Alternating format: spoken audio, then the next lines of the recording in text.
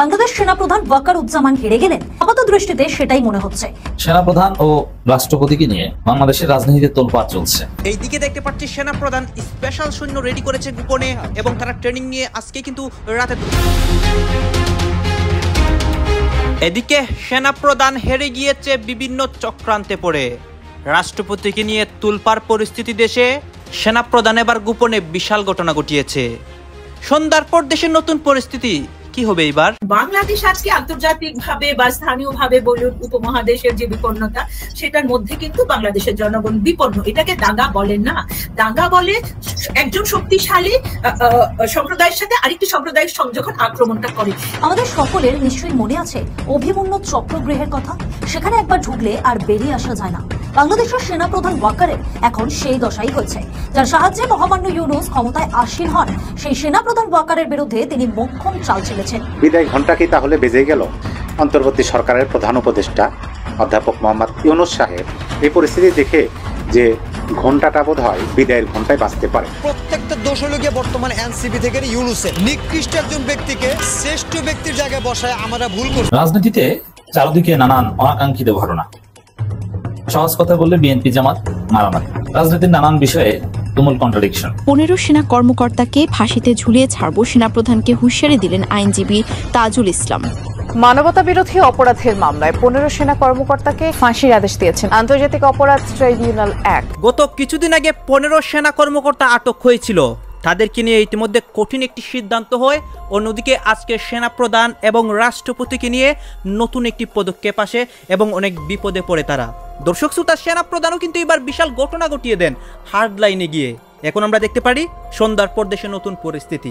আপনারা সম্পূর্ণ ভিডিও দেখবেন এই মুহূর্তে বাংলাদেশে কি হচ্ছে, এবং এই বিষয়গুলোকে কেন্দ্র করে অনেক আলোচনা সমালোচনা গোপন তথ্য প্রকাশ্যে যে আসে সবকিছু দেখতে পারবেন এই একটি ভিডিওতে। আসুন আমরা কথা বাড়াচ্ছি না, আমরা সরাসরি ভিডিওর মূল আলোচনায় চলে যাচ্ছি।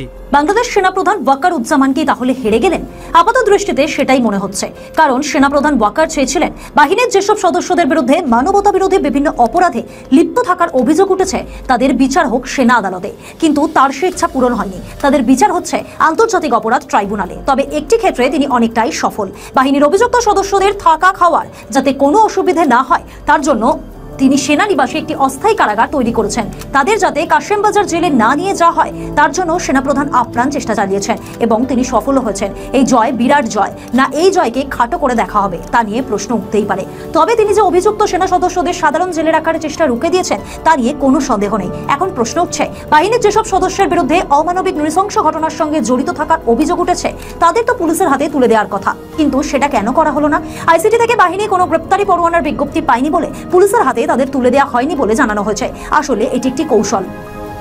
আইসিটির বেসামরিক ক্ষমতাকে চ্যালেঞ্জ করেছিল তারা। অন্যদিকে আইসিটিও তাদের অবস্থানে ছিল দৃঢ়। তারা প্রথম থেকেই তাদের অবস্থান স্পষ্ট করে দেয়। আন্তর্জাতিক অপরাধ ট্রাইব্যুনালের চিফ প্রসিকিউটর তাজুল ইসলাম প্রথম থেকেই বলে এসেছেন যাদের বিরুদ্ধে হিংসাত্মক কার্যকলাপে জড়িত থাকার অভিযোগ উঠেছে তাদের বিচার আন্তর্জাতিক অপরাধ ট্রাইব্যুনালেই হবে, অন্য কোথাও নয়। কবে আদালতে হাজিরা দিতে হবে সেটাও তাজুল ইসলাম জানিয়ে দেন। বলেছিলেন 22 অক্টোবর অভিযুক্তদের হাজিরা দিতে হবে, না হলে আদালতের তরফ থেকে তাদের পলাতক ঘোষণা করা হবে। যথারীতি অভিযুক্ত সেনা কর্তারা আদালতে হাজিরাও দেন। বলা হয় আন্তর্জাতিক অপরাধ ট্রাইব্যুনালের চিফ প্রসিকিউটর বিবৃতির কাছে বাহিনী নথি স্বীকার করেছেন। যদিও বাহিনীর তরফ থেকে বলা হয়েছে এরা আত্মসমর্পণ করেছেন। বাংলাদেশের আইন সংবিধানের প্রতি তারা দায়বদ্ধ হওয়ার জন্য তারা স্বেচ্ছায় নিজেদের সঁপে দিয়েছেন, কোনো চাপের কাছে নথি স্বীকার করে নয়। ওয়াকারের তীব্র বিরোধিতার পরেও প্রিজন ভ্যানে করে ওই অভিযুক্ত সেনা সদস্যদের আদালতে পেশ করা হয়। এক্ষেত্রে অনেকেই ওয়াকারের ব্যর্থতা দেখছেন। তাদের মতে বাহিনীর প্রধান হওয়ার পরেও তিনি এই চেষ্টা রুখতে ব্যর্থ হয়েছেন। তবে সান্ত্বনা এটাই যে অভিযুক্তদের রাখা হবে ঢাকা ক্যান্টনমেন্টের একটি সাব জেলে। তারা থাকবেন বাহিনীর তদারকিতেই, তাদের পরিচর্যার দায়িত্বে থাকবেন বাহিনীর সদস্যরাই। এটা ছিল ওয়াকারের কূটনৈতিক সাফল্য। সূত্রে পাওয়া খবরে জানা গিয়েছে সেনাপ্রধান ওয়াকার এবং তার সহকর্মী principal staff officer lieutenant general Kamrun Hasan তদারকি সরকার প্রধান মোহাম্মদ ইউনূসের সঙ্গে একটি বৈঠক করেন। সেই বৈঠকে এই থাকার ব্যাপারে তারা তাদের অবস্থান স্পষ্ট করে দেন। সূত্রের খবর হাওয়া খারাপ থেকে ইউনূস আর ব্যাগরা দিতে চাননি, বুঝিয়ে দিয়েছেন তাদের সিদ্ধান্তই তার সিদ্ধান্ত। এই মামলার সম্ভাব্য পরিণতি নিয়ে এখনই কেউ কিছু না বলতে চাইছে না। তবে একটা প্রশ্ন উঠছে, নির্বাচনের আগেই কি মামলার নিষ্পত্তি হবে? সেনাপ্রধান ও রাষ্ট্রপতিকে নিয়ে বাংলাদেশের রাজনীতিতে তোলপাড় চলছে। মানে অ্যাজ ইফ এটা এমন ভাবে তোলপাড় শুরু হয়েছে, যদিও গণমাধ্যম এটা ব্ল্যাক আউট। এটা হচ্ছে বাংলাদেশের গণমাধ্যম যে এখনো ফেসিবাদের দোষর, এবং প্রিন্ট মিডিয়াগুলো যে এখনো ভারতের দালাল তার প্রমাণ। এই জন্য ভারতের দালালদের বিরুদ্ধে নিউজ করে না, অথচ এটা নিয়ে বিরাট ঘটনা চলছে। মানে এমন ঘটনা যে শীঘ্রই হয়তো বা 1-1.5 সপ্তাহ 2 সপ্তাহের মধ্যে একটা দফারফা হবে। একটা দফারফা তো অলরেডি হয়েছে, প্রায় বাকিটুকু হবে, আর একটা দফারফা চূড়ান্তভাবে হবে শীঘ্রই। দর্শক, একজন সেনাপ্রধান আর একজন রাষ্ট্রপতি চুক্তি। এই সেনাপ্রধান অনেকটা সাইজ হয়েছে। বিশেষ করে আপনারা জানেন যে ব্রিগেডিয়ার জেনারেল আব্দুল্লাহ আমান আজমির হাত ধরে অনুরোধ করেছিলেন যাতে গুম খুনে জড়িত সেনা কর্মকর্তাদের বিরুদ্ধে তিনি মামলা না করেন। স্যার, মামলা করবেন না কেন? সেনাবাহিনী দুর্নাম হবে। এবার ওয়াকার প্রাণপণ চেষ্টা করেছেন গুম খুনে জড়িত জেনারেলদের বাঁচানোর, বিশেষ করে সার্ভিং জেনারেলদের বাঁচাতে চেয়েছেন। এবং ওয়াকারের আশ্বাসে কিন্তু জেনারেল পালায়নি, কিন্তু একজন বা দুইজন যারা পালিয়েছে সার্ভিং, সাবেক তো অনেকে পালিয়েছে, তারা হয়তো বুঝতে পেরেছিল যে ওয়াকার বাঁচাতে পারবে না। আর বাকি যারা পালায়নি তারা ভেবেছিল যে ওয়াকার বাঁচাতে পারবে, কিন্তু বাঁচাতে পারেনি। তো দর্শক, সেই ওয়াকার কিন্তু একটা দফারফা হয়েছে। কি মামলা হয়েছে, চার্জশিট দাখিল হয়েছে, গ্রেপ্তারি পরোয়ানা জারি হয়েছে, কোর্টে প্রডিউস হয়েছে, তারপরে ফরমালি গ্রেপ্তার দেখানো হয়েছে। এখন বাকি আছে তাদের এই কথিত সাবজেল এবং এসি প্রিজন ভ্যান থেকে একদম সাধারণ আসামিদের কাতারে নিয়ে আসা, দ্যাট মিনস কেরানীগঞ্জ অথবা কাশিমপুরে নিয়ে আসা। এটা বাকি ঘটনা হয়ে গেছে। তো দর্শক, এই জায়গায় ওয়াকারের জয় বাংলা। ঠেকাতে পারেননি, বাকিটুকু পারবে না, কিচ্ছু করতে পারবেন না।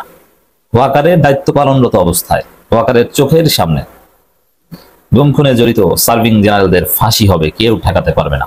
তাদেরকে এসি যুক্ত শীততাপ নিয়ন্ত্রিত ফাঁসির রশিতে হয়তো বা ঝুলতে হবে। There is no alternative. রাজনীতিবিদরা এ বিষয়ে সোচ্চার হচ্ছেন। দেখেন যেভাবে অভিযোগ আনা হচ্ছে তাতে, এবং ওয়াকার একসময় রাজনীতিতে খবরদারি করত, পলিটিক্যাল বিষয়ে মন্তব্য করত এবং বলতো 18 মাসের মধ্যে নির্বাচন হতে হবে, রাজনীতিবিদরা ভালো হয়ে যান নইলে বিপদ আছে কপালে, ধমক দিত। না, সেই যুগ নাই। এখন ওয়াকার লাইনে এসেছেন, রাজনীতি নিয়ে অনেক দিন যাবত কোনো কথাবার্তা বলেন না। এখন ওয়াকার যেহেতু বিপ্লবের পক্ষের শক্তি, ডেফিনেটলি তিনি ভূমিকা পালন করেছেন। তিনি চাইলে গুলি করতে পারতেন, হাসিনাকে রক্ষা করতে পারতেন না, গুলি করতে পারতেন, তারপরে ঝামেলা হতো, অনেক কিছুই তিনি চাইলে পারতেন, হাসিনাকে রক্ষার অ্যাটলিস্ট চেষ্টা করতে পারতেন। কিন্তু ওয়াকার সেটা করেননি। তিনি জনগণের কাতারে স্থান নিয়েছেন এবং বিপ্লবকে সহজ করেছেন। That's right. এই কারণে তাকে সরানোটাই যে সমাধান সেটা বলছি না, তিনি ভালো হয়ে আসুক, এটি সমাধান। ধীরে ধীরে রাজনৈতিক বিষয়ে কথা বলা যেরকম বন্ধ করেছে, আরো নানান বিষয়ে একদম চুপচাপ, এরকম ওয়াকার পুরোপুরি লাইনে হবে। এটাই হবে ওয়াকারের দফারফা। একটা হচ্ছেন চুপ্পু। এই চুপ্পুকে নিয়ে কিন্তু একটা বিরাট ঘটনা ঘটে গেছে, যেটাকে আমি তোলপাড় বলছি। যেমন জামাত ইসলামী এরকম আনুষ্ঠানিকভাবে আগে বলেনি, এনসিপি বলতে, এবার জামাত বলছে। That is very serious. এটা ইনএভিটেবল, এটা এড়ানো যাবে না। রাষ্ট্রপতিকে বিশ্বাস করি না, প্রধান উপদেষ্টাকেই আদেশ জারি করতে হবে, এটি মাসুম, জামাতের অতি গুরুত্বপূর্ণ প্রতিনিধি। জুলাই সনদের আদেশ বাস্তবায়নের যে বিষয়টা আছে, এই আদেশটা দিবে কি? এটা বাংলাদেশের বর্তমান আইন অনুযায়ী রাষ্ট্রপতি দেওয়ার কথা, কিন্তু না, এটা রাষ্ট্রপতির আদেশে। এনসিপিও বলেছে এটা গ্রহণ করবে না, কারণ চুপ তো হাসি জানলো। আর জামাতও বলছে না, এটা বিশ্বাস করে না, তার হাত থেকে নেব না। এর মানে কি? রাষ্ট্রপতি যদি পদে থাকেও, যদি জুলাই সনদ রাষ্ট্রপতির মাধ্যমে সাইন না হয়ে ইউনূসের মাধ্যমে সাইন হয়, তাহলে আপনি নিশ্চিত ধরে নেন যে রাষ্ট্রপতি পদটা অকার্যকর হয়ে গেল। পদে তিনি থাকলেও বঙ্গভবনে একটা মূর্তি বসে আছে, বাস্তবে তিনি অকার্যকরের পর্যায়ে চলে যাচ্ছে। বাংলাদেশ আজকে আন্তর্জাতিকভাবে বা স্থানীয়ভাবে বলুন উপমহাদেশের যে বিপন্নতা, সেটার মধ্যে কিন্তু বাংলাদেশের জনগণ বিপন্ন। এটাকে দাঙ্গা বলে না, দাঙ্গা বলে একজন শক্তিশালী সম্প্রদায়ের সাথে আরেকটি সম্প্রদায়ের যখন আক্রমণটা করে। এদের তো যেখানে আপনি দেখুন চৈতন্য প্রভুর, আমি ওটাই বললাম, চৈতন্য প্রভুকে এই যে আলিফ হত্যাকাণ্ড তো কোর্ট বিল্ডিং এর সামনে কিভাবে ওকে দৌড়িয়ে দৌড়িয়ে মেরেছে সবাই দেখেছে। কারো সাহস নাই, সেই দাড়িওয়ালা টুপি পরা লোকগুলোকে মেরেছে। সবসময় জামাত এটা করে, জামাত নিজেদের লোকদেরকে মেরে অন্যের উপর দোষ চাপায়। কারণ অন্যকে, এটা তো আমরা হর হামেশা দেখি, আমরা যারা রিপোর্টিং করি বা কোর্ট কাচারিতে যারা যায়, পুলকদা আদালতের বহু কাজ করছেন, ওখানে কমিটিতে আছেন। তো এই বিষয়গুলো ঘাতকদের খুবই সুগভীর ষড়যন্ত্র, মেটিকিউলাস প্ল্যান। সেই জায়গায় চৈতন্য প্রভু, দেখুন চৈতন্য প্রভু খুব জনপ্রিয় ছিল কেন? কিছু হিন্দু সংখ্যালঘুদের, এই যে একটু আগে পুলকদা বললেন ভূমিদস্যুদের কথা, সম্পত্তি দখলের কথা, এই কিছু সম্পত্তি 2001 থেকে 5 যখন বেশ কিছু হিন্দু পরিবারের সম্পত্তি দখল হয়েছিল তিনি উদ্ধার করে দিয়েছিল। এই জন্য গণসূত্র এবং ওরাই লোক মেরে তাকে ফাঁসিয়ে দিয়েছে, আরো হরিজন থেকে শুরু করে সাধারণ হিন্দুদেরকে ফাঁসাচ্ছে। এই জন্যই বলছি বিপদটা প্রত্যেকের, কারো একার না। জি, পুলক ঘটক যদিও সুমি আপা এটাকে দাঙ্গা বলতে রাজি নয়, এটা ঠিক যে দাঙ্গা হয় যখন সমানের সমান থাকে। বাংলাদেশে হিন্দু গোষ্ঠীকে, তো হিন্দু সম্প্রদায়কে আমরা দেখি এখন এই মুহূর্তে সব আমার বিবেচনায়, আমি যখন তাদের সঙ্গে কথা বলি আমি আমি আমি আসলে খুব নিজেও খুব অসহায় বোধ করি, কারণ তাদের প্রশ্নের উত্তর দিতে পারি না, তাদেরকে কোনো ভরসার জায়গা দেখাতে পারি না। সবচেয়ে ধরেন যারা নিপীড়িত আছেন, নিপীড়িতের মধ্যেও তারা হচ্ছে সবচেয়ে নিপীড়িত, কারণ তারা হিন্দু, এইটাই তাদেরকে সবচেয়ে অসহায় করে দিচ্ছে। এখন যদি এরকম একটা দাঙ্গা না হোক, সাম্প্রদায়িক হামলা হয়, আমি দাঙ্গা না বলে তাহলে সাম্প্রদায়িক হামলা, সুমি আপা নিশ্চয়ই এটাতে একমত হবে, এটি একটা সাম্প্রদায়িক হামলা। এবং সাম্প্রদায়িক হামলার সঙ্গে হিন্দু সম্প্রদায়কে ওই যে এথনিক ক্লিনজিং করার প্রক্রিয়া যে সেই বহু আগে থেকে শুরু হয়েছে, এইটারই এখন চূড়ান্ত ধাপে পৌঁছচ্ছে কিনা।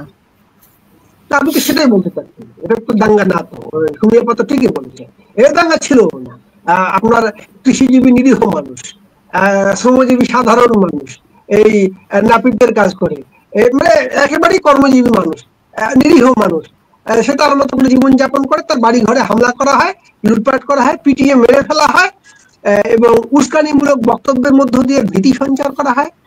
আমি 2021-এ যখন এই ঘটনাটা, এই ইকবালটা যখন হনুমানের পায়ের নিচে কোরআন শরীফ রেখে আসলো এবং আমাদের মৌলানা সাহেবদের বুদ্ধি পরামর্শ অনুযায়ী এবং মৌলানা সাহেবরা সারা দেশে উত্তাল করে, আমরা তো দেখলাম যে বাংলাদেশের রাজনীতিতে শেষ এক সপ্তাহে কতগুলা চাঞ্চল্যকর ঘটনা ঘটে গেছে। সেই ফটো কার্ডগুলা, সেই সংবাদ মাধ্যমের যে ফটো কার্ড, সেই কার্ডগুলা আমি আপনাদেরকে একবার দেখাই। প্রথমত মির্জা ফখরুল ইসলাম আলমগীর বলেছেন মতিউর রহমান নিজামী জামাতের নেতা যে যুদ্ধাপরাধী, মীর কাশেম আলী এবং সাকা চৌধুরী, সালাউদ্দিন কাদের চৌধুরী, এই 3টা কুখ্যাত রাজাকার ছিল। স্বাধীনতা যুদ্ধের সময় তারা আমাদের দেশের মা বোনদেরকে ধর্ষণ করেছে।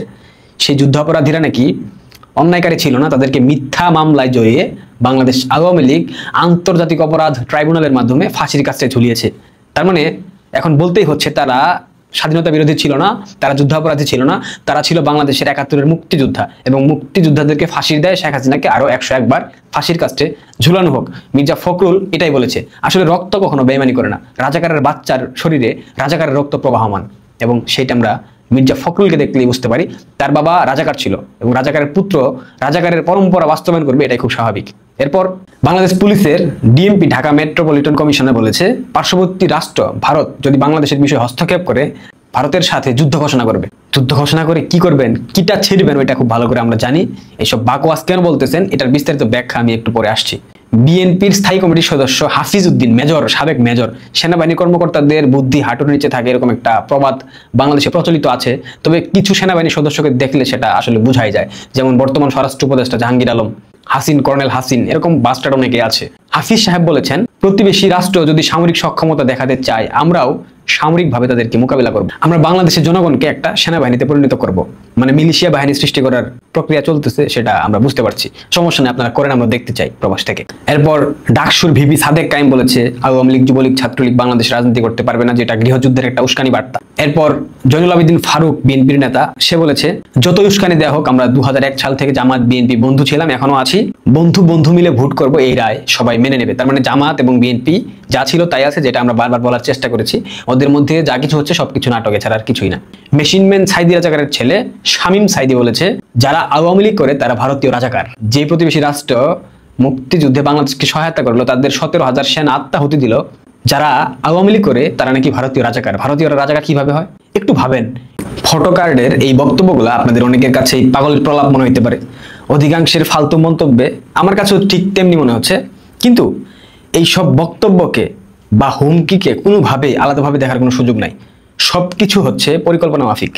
ডিএমপি কমিশনার দর্শক আপনারা তো দেখলেন এখানে কি কথা হচ্ছে, অনেকেই কিন্তু অনেক কথা বলতেছে, অনেকে আলোচনা করতেছে, অনেকে সমালোচনা করতেছে, দেশের বিভিন্ন অবস্থা এবং পরিস্থিতি নিয়ে সবাই সবার মন্তব্য প্রকাশ করতেছে। বিশেষ করে এখানে দেশের রাজনৈতিক প্রেক্ষাপট নিয়ে কথা হয়, আরও অনেক বিষয় নিয়ে কথা হয়। গাইজ, এই বিষয়গুলো নিয়ে আপনাদের মন্তব্য কী? অবশ্যই আপনারা আপনাদের মন্তব্যটা আমাদের কমেন্ট বক্সে লিখে যাবেন। আর হ্যাঁ, তখন আপনাদেরকে আমরা যা কিছু দেখিয়েছি সব কিছু আমরা সোশ্যাল মিডিয়া থেকে সংগ্রহ করেছি। এইখানে আমাদের নিজস্ব কোনো মন্তব্য নেই বা নিজস্ব কোনো সিদ্ধান্তও নেই। সর্বশেষ আপনাদের কাছে আমাদের একটা রিকোয়েস্ট থাকবে, আপনারা আমাদের চ্যানেলে নতুন দর্শক হয়ে থাকলে চ্যানেলটি সাবস্ক্রাইব করবেন এবং পাশে থাকা বেল বাটনটি বাজাবেন, যাতে করে নেক্সট ভিডিওটা সবার আগে আপনাদের কাছে পৌঁছে যায়। ধন্যবাদ।